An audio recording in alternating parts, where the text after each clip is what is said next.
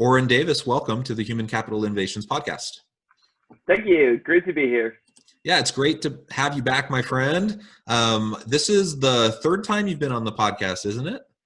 Yeah, lots of fun. So I'd love to keep coming back. Why not? Yeah, we've had some really great conversations, and I would encourage listeners to go back and check out the back catalog, see some of the previous conversations that Orin and I have had together.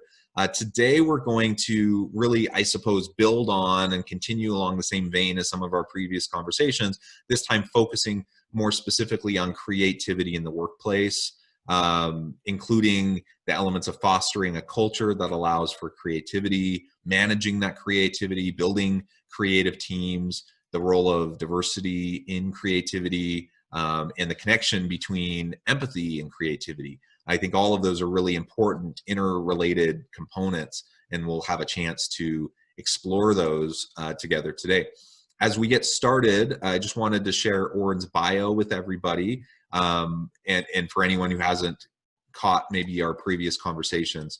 Orin Davis earned his doctorate in positive psychology and is a self-actualization engineer who enables people to do and be their best. He consults for companies from startups to multinationals on hiring strategies, culture, innovation, diversity, equity, and inclusion, and employee well-being, and coaches people at all levels on building self-knowledge and developing personal growth trajectories.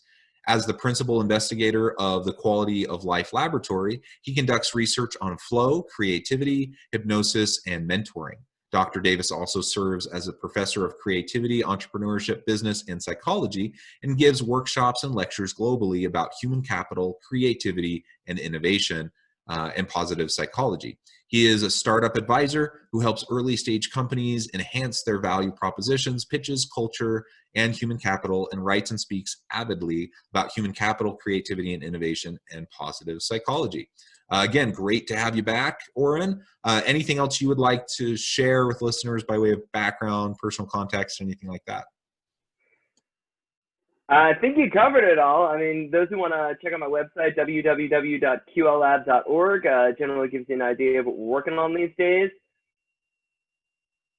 And otherwise, also check out my blog on Medium, and you can find me on Twitter in both cases at Dr. Orin Davis. Excellent, excellent. So let's really just dive on in. Creativity. First, what does it mean to be creative? I think, a lot of times people have in their mind these notions of what creativity is, what it isn't, and people tend to label themselves pretty early on in life as whether, as either a creative or not creative person. So what do you mean by the term creativity? What does that look like?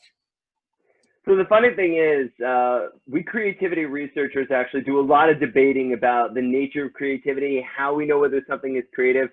I like Teresa Amabile's definition of thinking of creativity as the novel and the useful.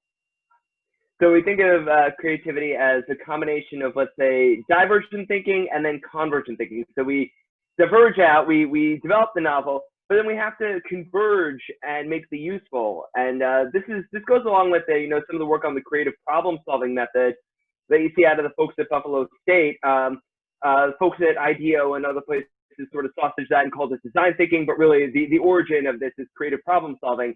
And the idea is that in the process of creative problem-solving, we diverge into the novel and then we converge into the useful. And of course, it's a very circular process. So you really can start or end or go anywhere on this. There's a lot of flexibility with that. But ultimately, you want something that people can actually use and that is going to have enough novelty that's going to be something different. And usefulness and utility, that is something we debate a lot as to like what constitutes useful. But it's got to be useful to some people. And generally, you want to think of it as something that is useful to a broad audience, not useful to just, a couple people. Yeah, I like those aspects of your definition. And I'm trying to remember, I can't remember the name of the individual on the TED Talk. He talks about creativity in education, and Robinson may rest in peace. Yes. Absolutely. He came as a guest speaker to my university a couple years back.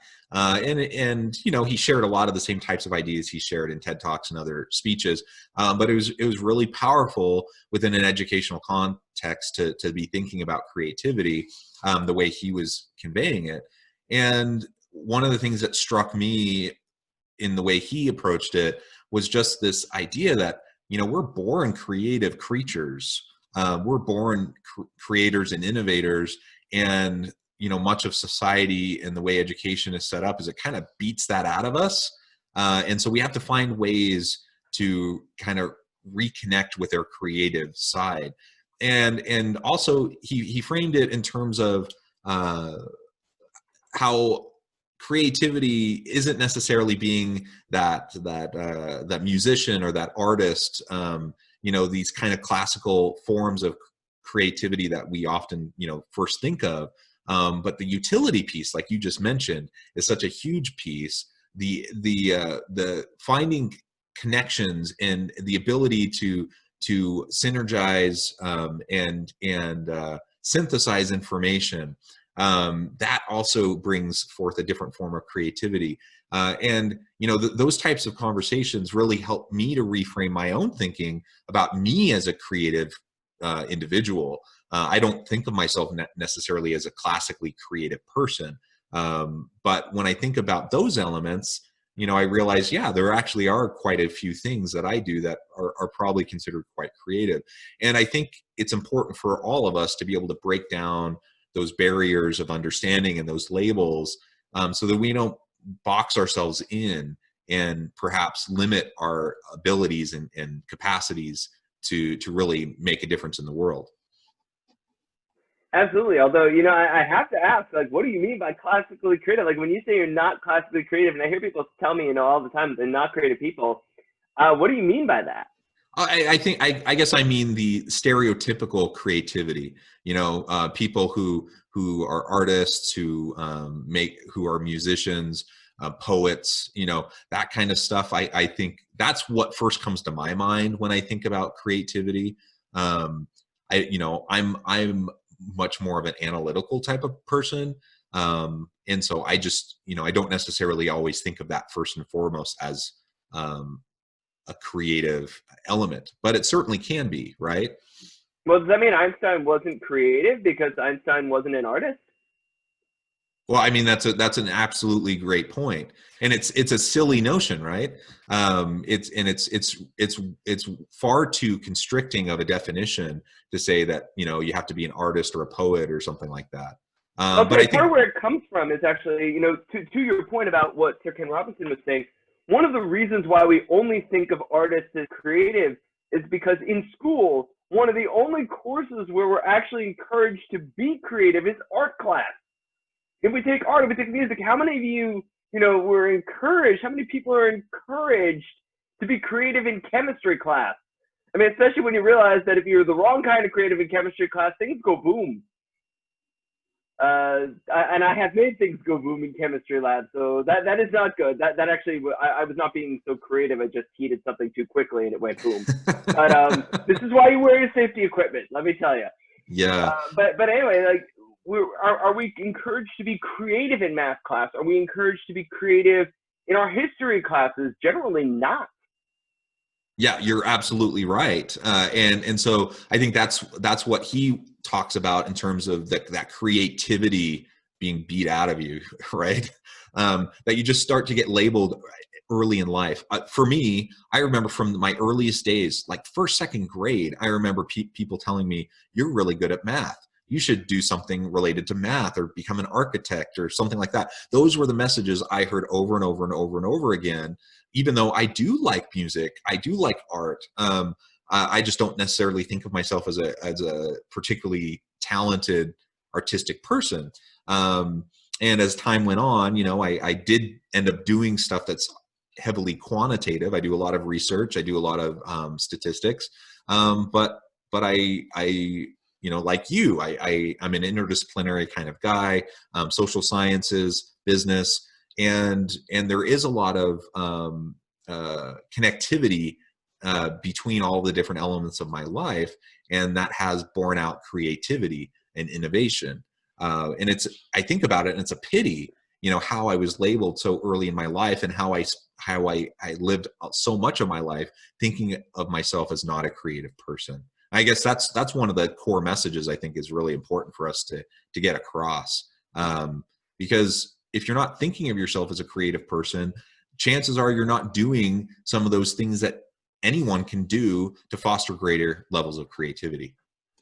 So there's a trade-off that we run into, I think, and that is part of what underlies the problem. So if we want to be understood in society, which we do, right? We want to be able to share ourselves with society. We want to be understood by society. And society needs a neat packaged way to handle us. And so they want us to create one identity. And there's a certain amount of pressure to create a single identity, a single self. And in many cases, especially building on the industrial era, it was through your job. And we spend most of our time at work in life. So we often define ourselves through our work. But we are more than that. And many of us, we do sort of build much more complex personalities, and we want to build complex personalities. The challenge is sharing that complexity with the world. So for instance, people think that I do so many different kinds of consulting because I work in DEI. I work in hiring practices. I work in employee engagement. And as I mentioned on the show before, they're all the same problem. People don't realize this. It's all one problem. You will never find a company that's got only one of those problems. One of those problems may be prominent, but it's not the only one. And so the funny thing is, what I'm doing is not so complex. I mean, it's complex in the execution, but I'm not wearing nearly as many hats as people think that I am, in part because it's hard. People just want to see things as a unitary thing. They want to see just one problem. They want to see DEI as one problem, employee engagement as one problem, hiring practices as one problem. They want to see somebody as a banker, engineer, musician, equestrian.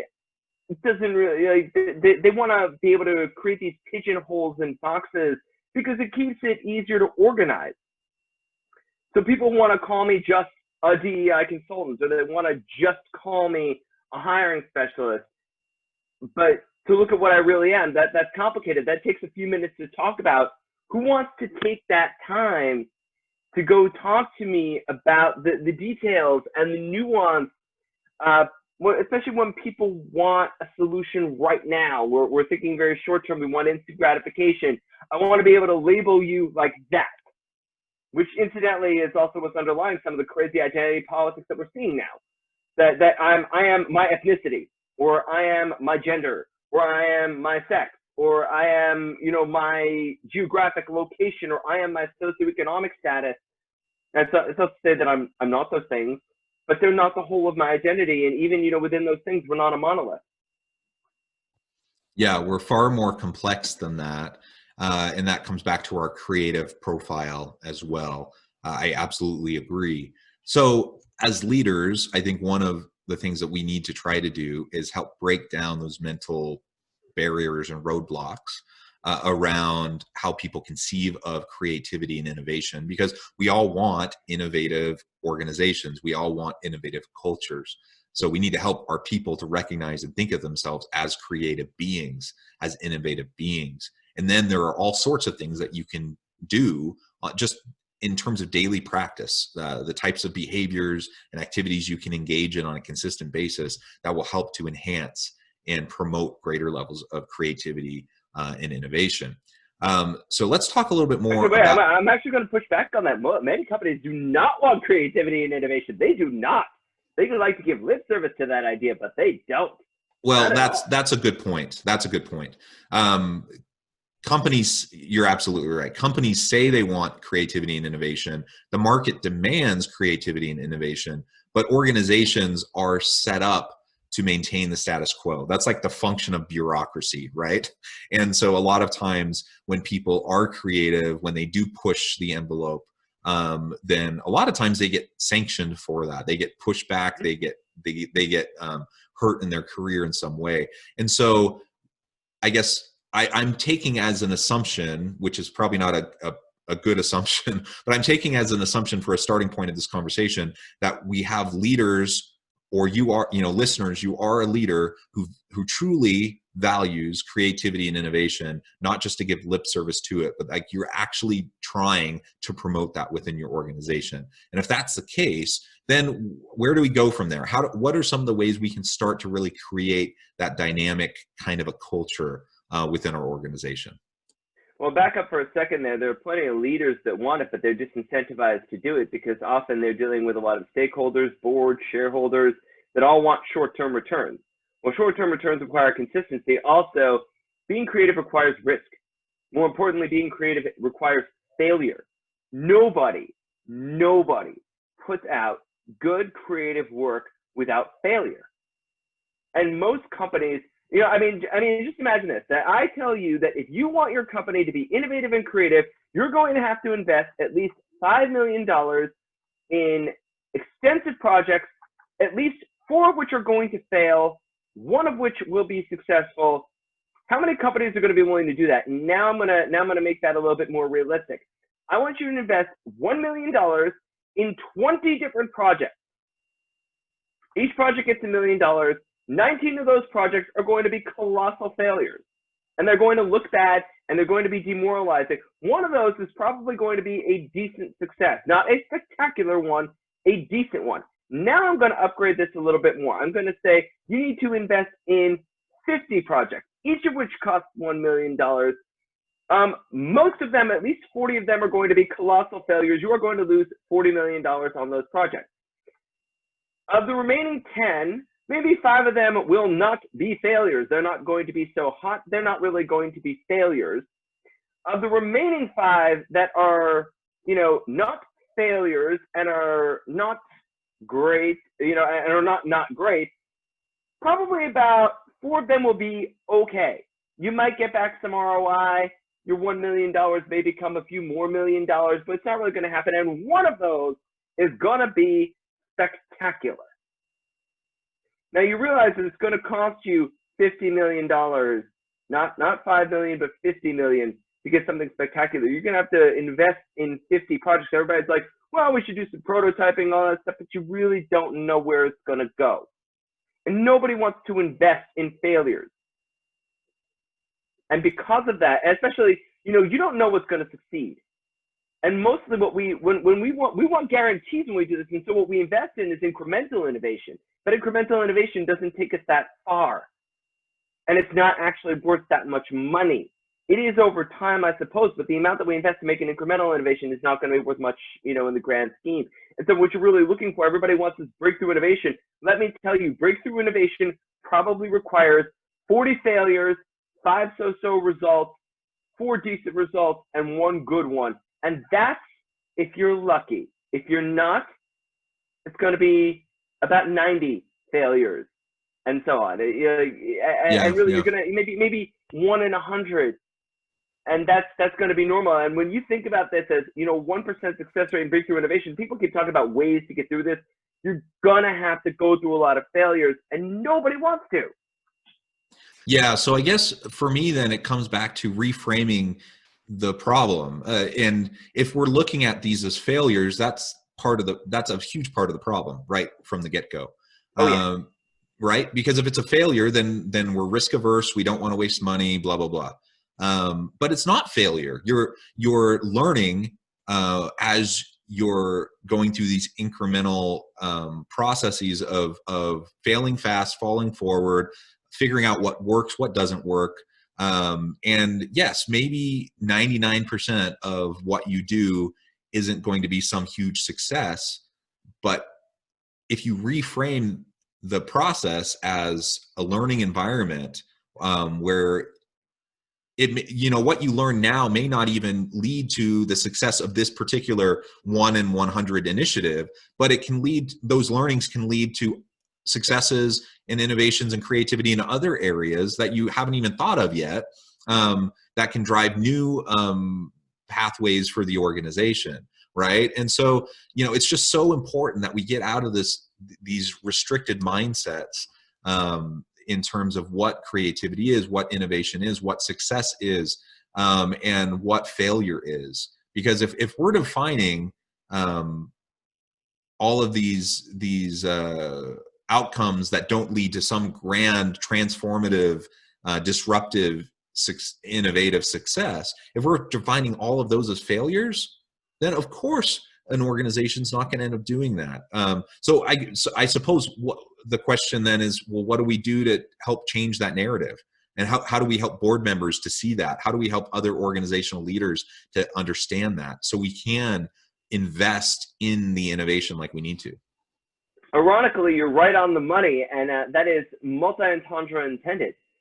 And the problem is short-term versus long-term thinking. You've got too many people who are incentivized to think short-term. And that's the part of the narrative that has to change. You've got to think long-term. And when I say long-term, I don't mean 6 months, and I don't mean 1 year. I mean 2, 5, 10, 20 if you can do it, but I doubt anybody can really do 20. Even 10 is a stretch.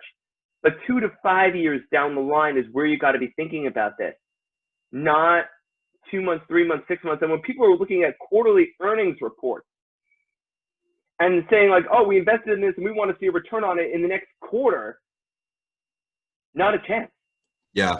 I mean, you get lucky sometimes, but like I wouldn't count on that. And the thing is, everybody knows not to count on that. And so when your position as CEO or as a leader of a division depends upon the success in your quarterly earnings reports, you like if that's what you're worried about, you don't have a creative company, you won't have a creative company, and you're never going to give up. You got to start. If you can't start thinking long term, if you can't change the narrative on the incentives, on the expectations, to think long term, to say, you know what, we may take some losses as we're investing in updates. And by the way, you know, this is something that Amazon did. Like, you want to know how Amazon got to be so spectacularly successful? Go look back at some of their early reports. They were not making money for a really long time. And then all of a sudden they were, and then they were making more, and then more, and then more. And like, whole point is that they had a now they own the world. Well, I think there's still, you know, all the FANG companies, I think, are locked in a rather large multi-scale war to rule the world. But our corporate overlords, we have not decided which of our corporate overlords will emerge as the reigning monarch of the universe, yeah, so to speak. Yeah. But that's how you change the narrative. Is you've got to start thinking long term. You've got to start accepting failure as not as failure, but as a stepping stone towards success. And you've got to start thinking of those investments as not gambles, but as clear investments and not in incremental innovation. You've got to eschew the incremental innovation and start going for some moonshots. And give people time to explore their passions with that. And that's one of the things, like, you know, when 3M, it's not Google that came up with this, it was 3M as far as I can tell, unless it was somebody before 3M.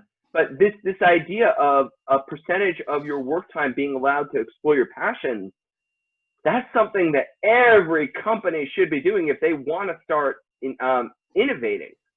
Let people work on what they're passionate about, and you never know where it's going to go. I mean, people should look up the story of Post-it notes.